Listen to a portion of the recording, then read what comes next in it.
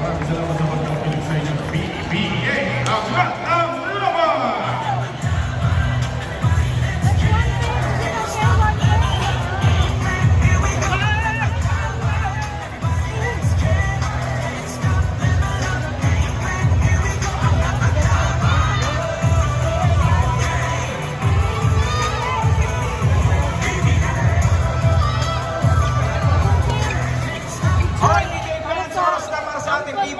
Shoutout kasama natin ngayon, Stingray, Ray ng bata, mga TNT, tropang giga.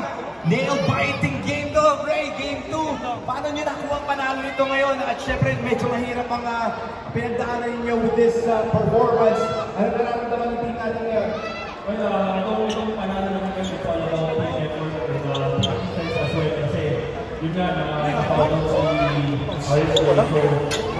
So, actually, tapat na kami sa 93 eh. Nasa level nga, hindi kami gumiba. Doon kami sa That's great to hear. How about the shot?